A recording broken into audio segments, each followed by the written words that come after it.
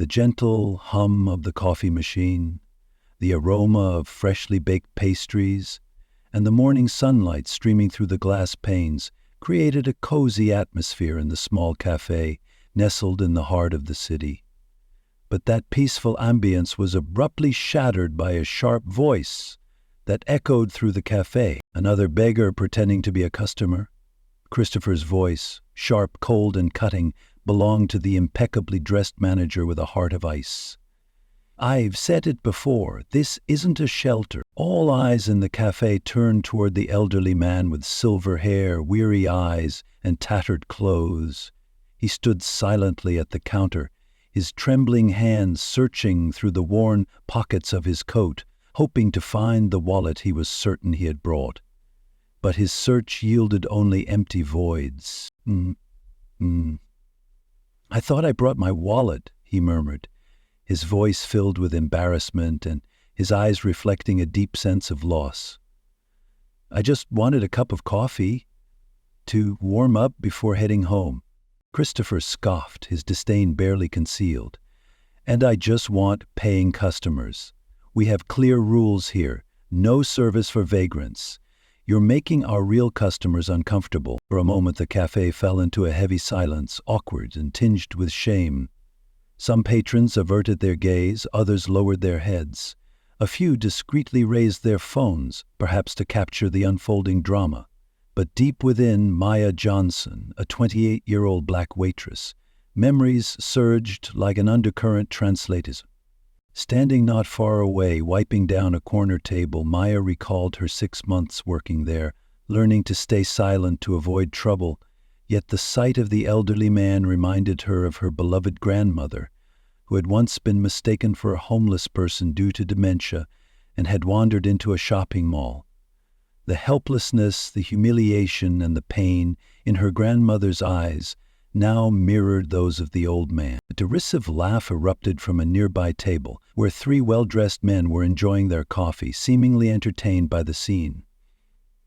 "These old guys always think they're the center of the universe," one of them sneered. Maya clenched her cleaning cloth, her fingers trembling with a mix of anger and compassion.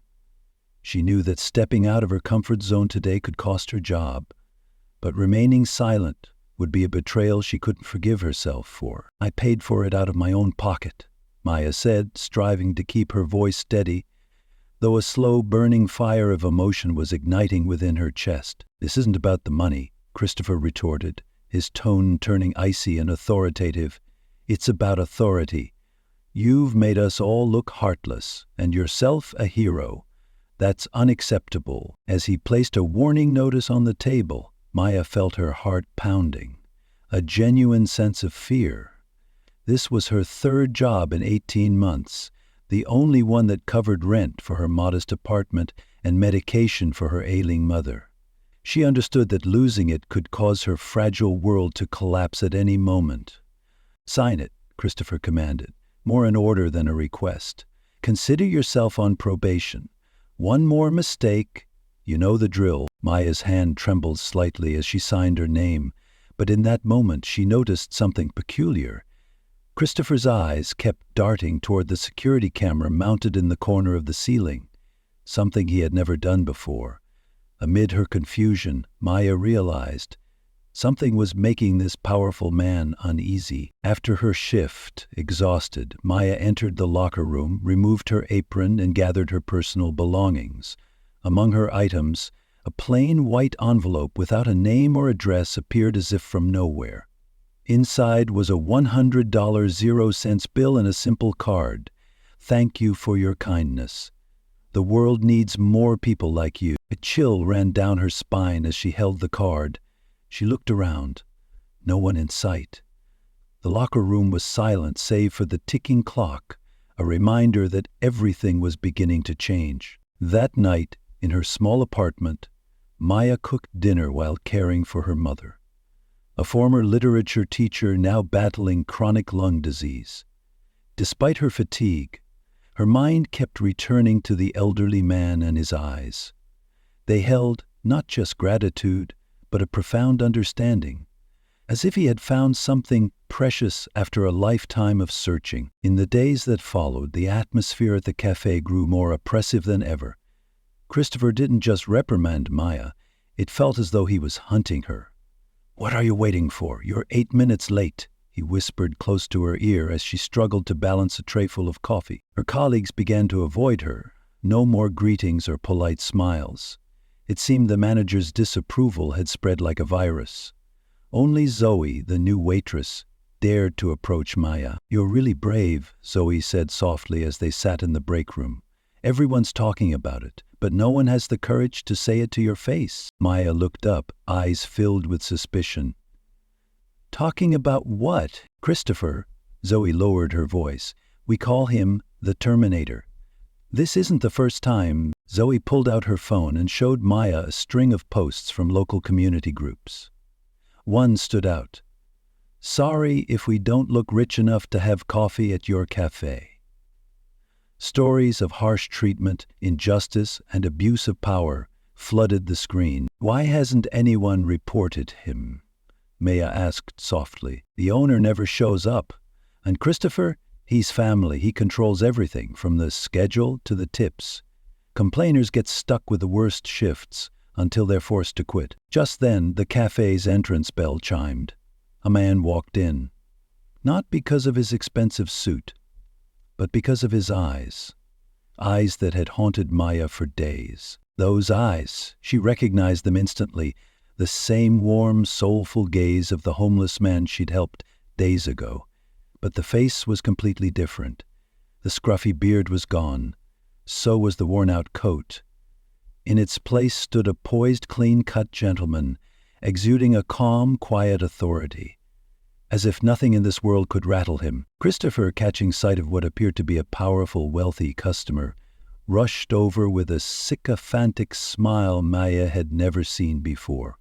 "Welcome, sir. Allow me to introduce our special imported coffee, not on the menu, reserved for our most distinguished guests." The man offered a polite smile.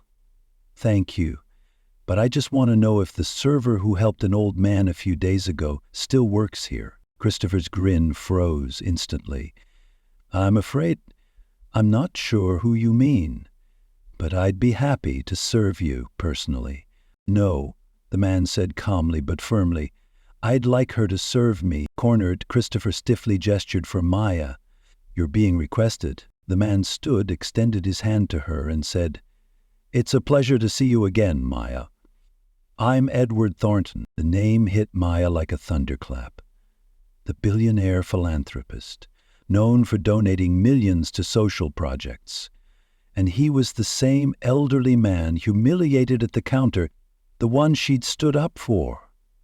"I'd like to invite you for a private conversation," he said, handing her a gold-embossed business card. "Not an interview, something far more meaningful." That night, Maya looked up Thornton online and was stunned. He wasn't just wealthy. He was a symbol of belief in humanity. He owned a competing coffee chain. But what truly stood out was how he evaluated people, often appearing in disguise to observe society's true nature. His method was known as the Thornton test. The next morning, Maya received an elegant envelope. Inside was an invitation to lunch at the Alexander Hotel, along with old photographs of the coffee shop where she worked. On the front facade, a faint inscription read, "Johnson's Coffee Shop," matching her last name exactly. Carefully handwritten on the back of one photo was a message, asterisk, "Your grandmother was right, kindness is never meaningless, and perhaps you should know that this place holds a secret someone is trying to bury." Maya's hand trembled as she held the photo. Johnson. Her last name. Could it be just a coincidence or a forgotten truth? After her shift, Maya returned to the locker room and found a small USB drive in her locker. The label read, "Watch before tomorrow's lunch." That evening, under the dim light of her living room, Maya opened the files on the USB drive. The first document was a historical record proving that, in the 1930s, the cafe had once belonged to her family. A blurry black-and-white photograph showed Maya's great-great-grandfather standing in front of the shop with a sign that read Johnson's Coffee. The second file contained a series of images documenting discriminatory behavior at the current cafe. Undeniable evidence, but the most shocking file was the last. A cooperation agreement that had been exploited in 1932. It revealed that ownership of the cafe had been unlawfully transferred while Maya's ancestor was ill. The cafe was never sold. It had been stolen through a series of fraudulent legal maneuvers. Maya sat in silence. The room felt frozen in time. The place where she had always felt like an outsider was, in fact, built on the sweat and sacrifice of her ancestors. A legacy buried under nearly a century of prejudice and injustice. But now, it was all coming to light. Her phone buzzed. It was a message from Zoe. Christopher is panicking. The parent company just announced an inspection team is coming tomorrow. Serious allegations of discrimination had spread like a smoldering fire ready to ignite. Zoe texted again. "What did you do?" But as Maya typed her response, she no longer felt fear or impulsive anger. Instead, she was filled with a clear, unshakable resolve. A determination born of generational wounds, of trampled dignity, and nearly a century of silence. In the shadowy kitchen, the blue glow of her laptop screen lit Maya's face. She was no longer just a waitress, threatened by a warning slip. She was an heir, preparing to reclaim a stolen legacy. When justice takes nearly a century to arrive, she whispered to herself, it has to be perfect. The Alexander Hotel rose like a palatial relic in the heart of the city. Marble columns and crystal chandeliers that had witnessed countless secret meetings of the powerful. Maya, wearing the only formal dress she owned, stepped through the lobby under the wary glances of those around her. She didn't look like she belonged, but her eyes held a resolve stronger than anyone there. Edward Thornton waited in a private room overlooking the city. He wasn't alone. A silver-haired, middle-aged woman with a neat bun and a younger man with modern glasses stood as she entered. "Maya Johnson, I'd like you to meet Margaret Chun, our corporate attorney, and James Washington, an expert in property law and restorative justice," Thornton introduced. Margaret spoke quickly and directly. "We've reviewed all the documents. The 1932 agreement was completely fraudulent. Your great-great-grandfather, Thomas Johnson, never sold that cafe. It was taken while he was hospitalized." James nodded, his voice low and steady. This wasn't uncommon. During the Great Depression, countless properties owned by black families were systematically stolen, and the laws back then were designed to protect the perpetrators, not the victims. Maya remained silent, her hands clasped tightly as images flashed on the screen. The original cafe, ownership documents, and a detailed timeline showing how the Reed family systematically erased every trace of the Johnson legacy. Edward sat down and looked her in the eyes. "The question is, what do you want to do with this truth?" Meanwhile, at the cafe, Christopher faced a nightmare he couldn't stop. Two representatives from the parent company arrived unannounced. They demanded to see all personnel records, customer feedback, and security footage. "Just a routine audit," one of them said, though the chill in their voice betrayed the seriousness. Digging through a mess of documents in his office, Christopher unexpectedly found an old file labeled Johnson, a name his father had never mentioned. Inside were black and white photographs of a proud black family standing in front of the old cafe. His phone rang. "Christopher Reed," he answered, trying to keep his voice steady.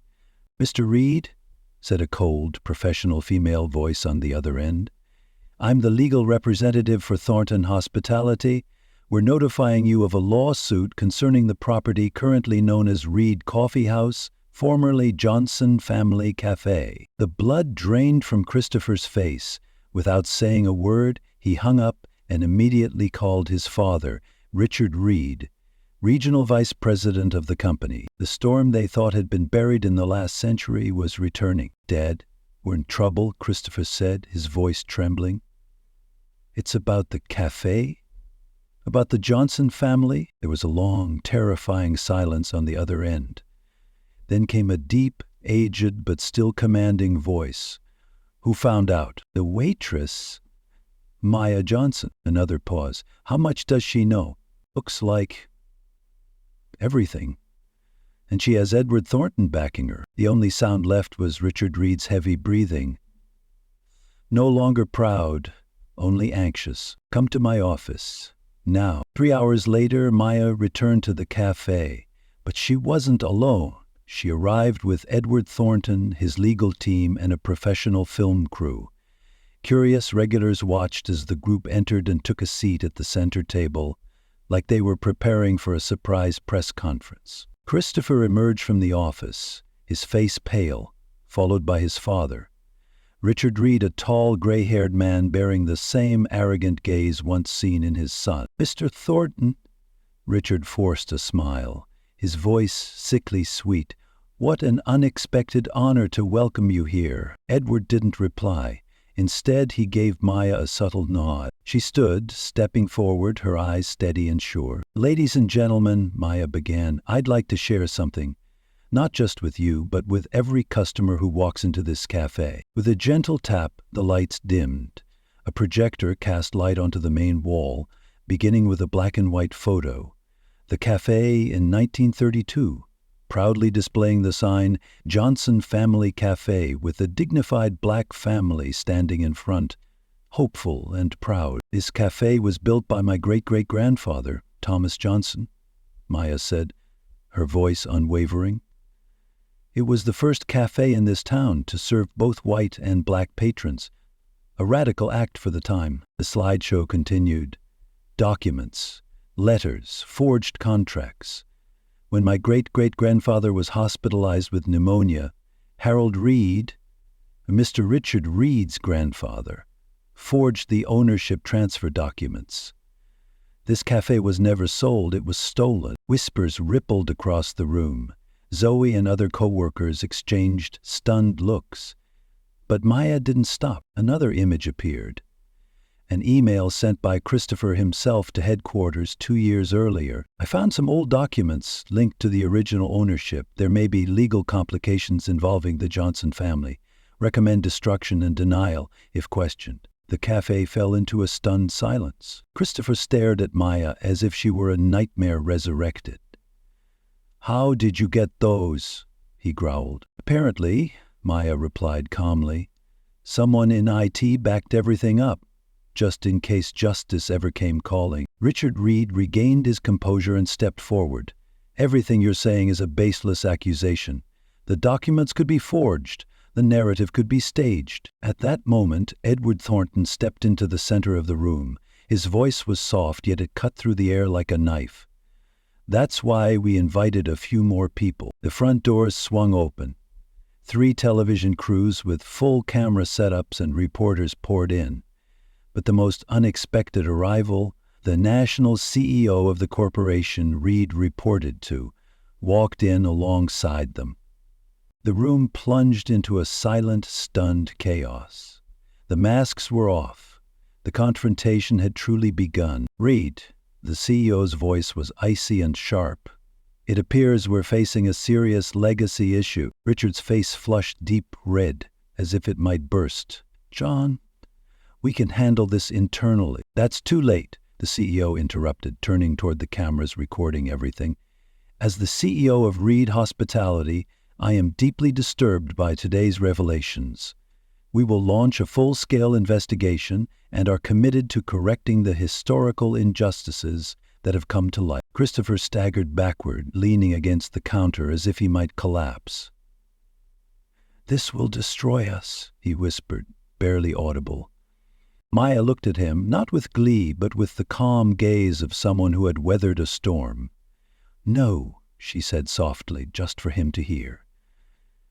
This will restore what should never have been stolen. As reporters fired off questions and cameras swept across the cafe, Maya remained composed, her eyes occasionally meeting Edward Thornton's.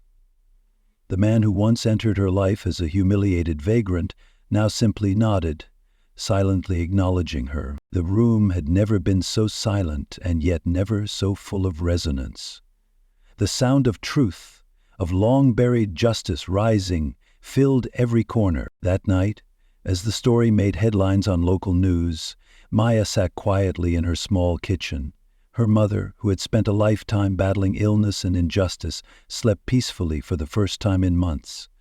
On the TV screen were images of the journey Maya had begun with a $5 gesture of kindness to a stranger, a story of loss and forgetting, now being rewritten not in hatred but in truth.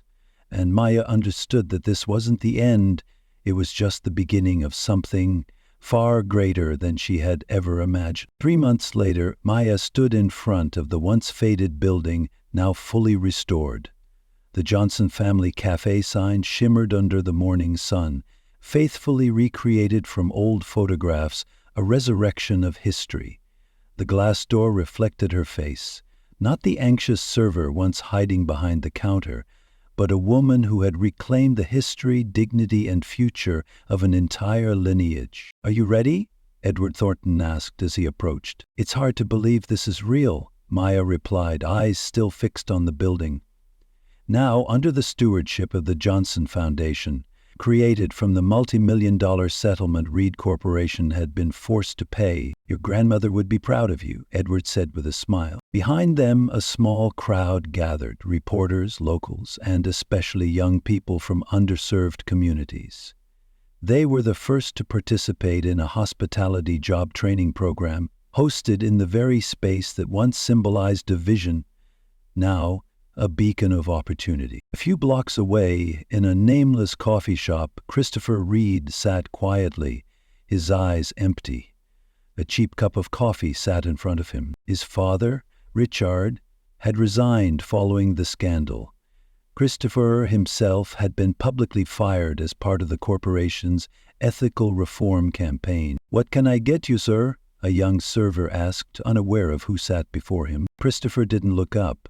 Just a coffee. And with that cup, he began to drink what his family had brewed for nearly a century, a bitter truth that never should have been buried. No more company ID, no luxury car, no upscale apartment in the city.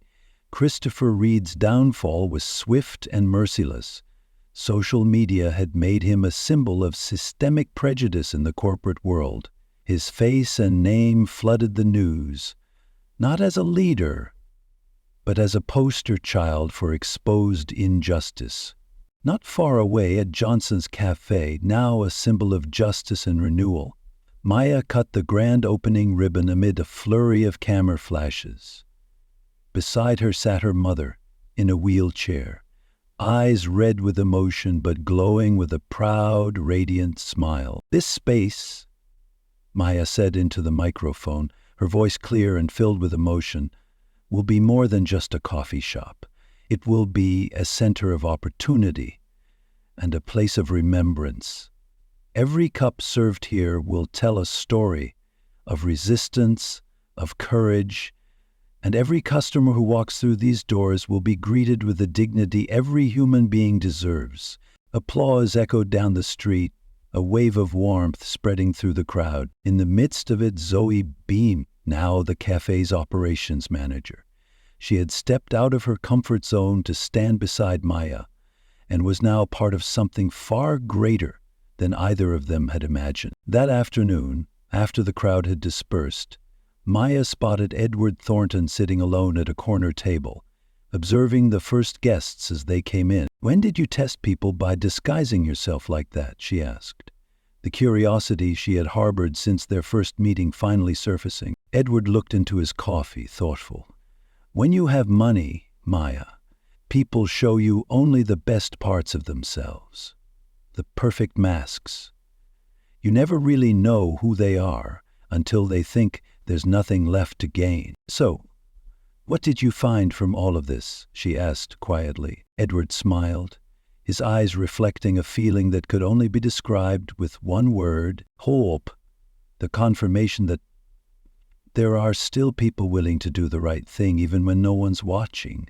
The following week, the cafe opened its first exhibition, a wall chronicling the full journey of Johnson Cafe, from its founding and theft to its restoration. At the center was a large portrait of Thomas Johnson, Maya's great-great-grandfather, standing in front of the old cafe, his gaze seemingly cast toward the future. As part of the court settlement, Richard Reed was required to attend the exhibit's opening, a public acknowledgement of wrongdoing. He stood tucked in a corner, visibly uncomfortable as visitors occasionally glanced at him, recognizing his face from the news.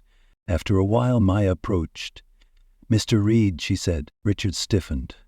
"Miss Johnson, do you know why I didn't press criminal charges even though I had enough evidence?" she asked, her voice as gentle as a breeze.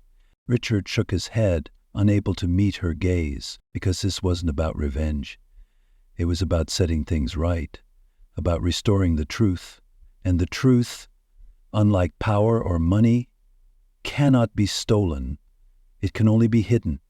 Temporarily, a month later, Business Ethics magazine devoted an entire feature page to Maya Johnson, the face of a new generation of entrepreneurs, leading through social justice. A photo of her standing beneath the Johnson Family Cafe sign, hair gently blowing in the wind, eyes focused on the distance, became a symbol of a truth rekindled, of intergenerational courage, and of a new generation emerging from the shadows to rewrite history with their own hands. That same month, Christopher Reed, once seated at the helm of corporate boardrooms, was now working in a warehouse on the city's outskirts. From future CEO to nameless laborer, his fall not only dismantled his career, but exposed a nature he had tried so long to conceal. To the public, he had become the living symbol of systemic discrimination in corporate culture. One day, during a televised interview, a reporter asked Maya, "If you could go back to that day in the cafe, would you do anything differently?" Maya smiled, her eyes calm, refined by every storm she had endured. "Nothing at all. Because every moment of humiliation that day was exactly what led me to where I was always meant to be." On the final page of the article, a photograph captured Maya and Edward Thornton standing side by side in the newly revived space. Not as boss and employee, not as rescuer and rescued, but as two equals, united by a shared mission to transform pain into strength and turn the past into the future. Beneath the photo was a brief but powerful quote from Maya. "Kindness is not weakness. It is the courage to preserve your humanity in a world that constantly tries to take it away." Elsewhere in town, at another coffee shop, Christopher faced yet another job interview rejection. His name, now synonymous with prejudice, found no place in the industry that once embraced him with privilege. "I've lost everything," he murmured, his eyes vacant, staring into the void. A young waitress approached, gently placing a steaming cup of coffee on his table. "It's on the house," she said with a soft smile, perhaps recognizing his situation. Christopher looked up, startled by the unexpected kindness, the kind he had once denied so many others. For a brief moment, something flickered in his eyes, not cheap remorse, but a dawning realization. Because sometimes the greatest lesson doesn't come from losing what we have, but from finally understanding the value of what we once dismissed. And that is the quiet, profound power of a seemingly small act of kindness, the kind that can crumble empires built on arrogance and rebuild legacies with dignity. If this story touched your heart, stay with us to hear more journeys that prove true. Greatness isn't measured by the wealth we possess, but by how we treat those who seem to have nothing left to give. If you found this story inspiring, don't forget to click like to help spread the message of kindness even further. Subscribe to the channel so you won't miss more moving and empowering stories like this one, and turn on notifications to be the first to watch our latest videos, because sometimes a single small act can change an entire life. Thank you for staying until the very end. See you in the next story.